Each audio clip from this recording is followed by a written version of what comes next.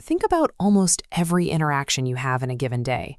Whether it's at work, at home, or on the field, a huge portion of human interaction comes down to one thing: here's to work. Threatening someone with negative consequences is the fastest way to force immediate compliance.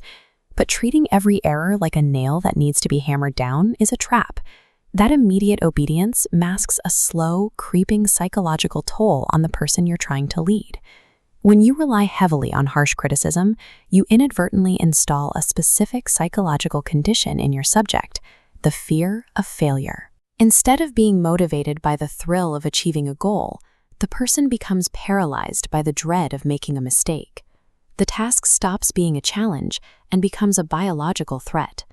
Anxiety spikes, focus shatters, and fine motor skills begin to degrade. The data is clear. Athletes and workers operating under a high fear of failure consistently show higher rates of severe stress, physical injury, and total burnout.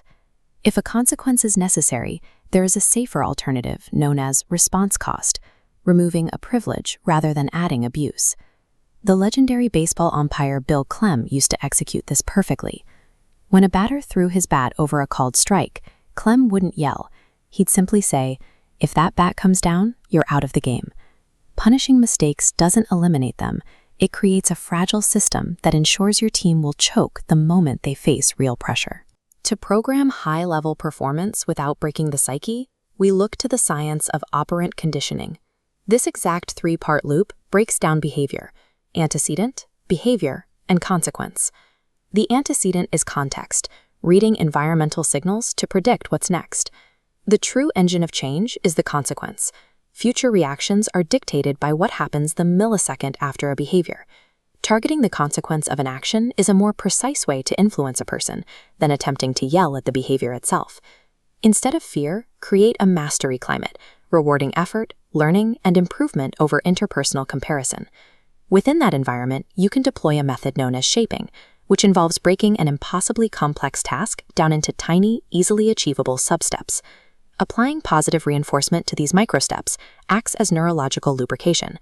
The brain gets a reward for a small victory and craves the next step. The trick is timing.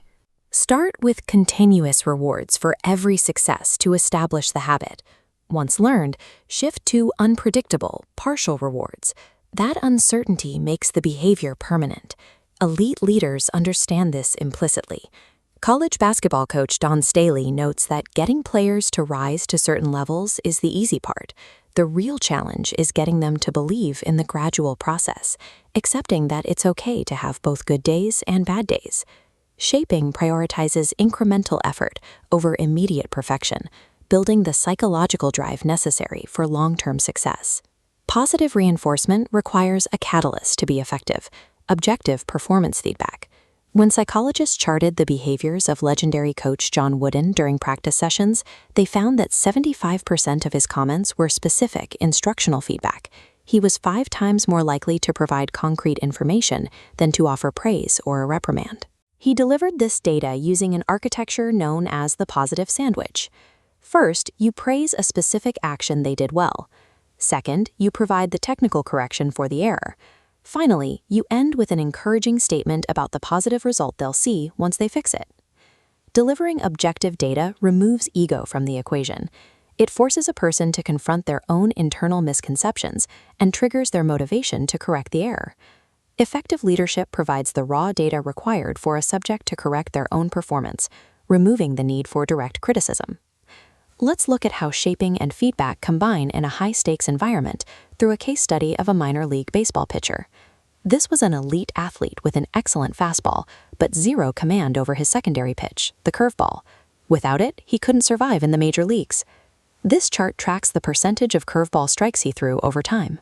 To sex the pitch, instructors set up a target called a string zone over home plate, providing immediate visual feedback on every throw, backed by statistical tracking.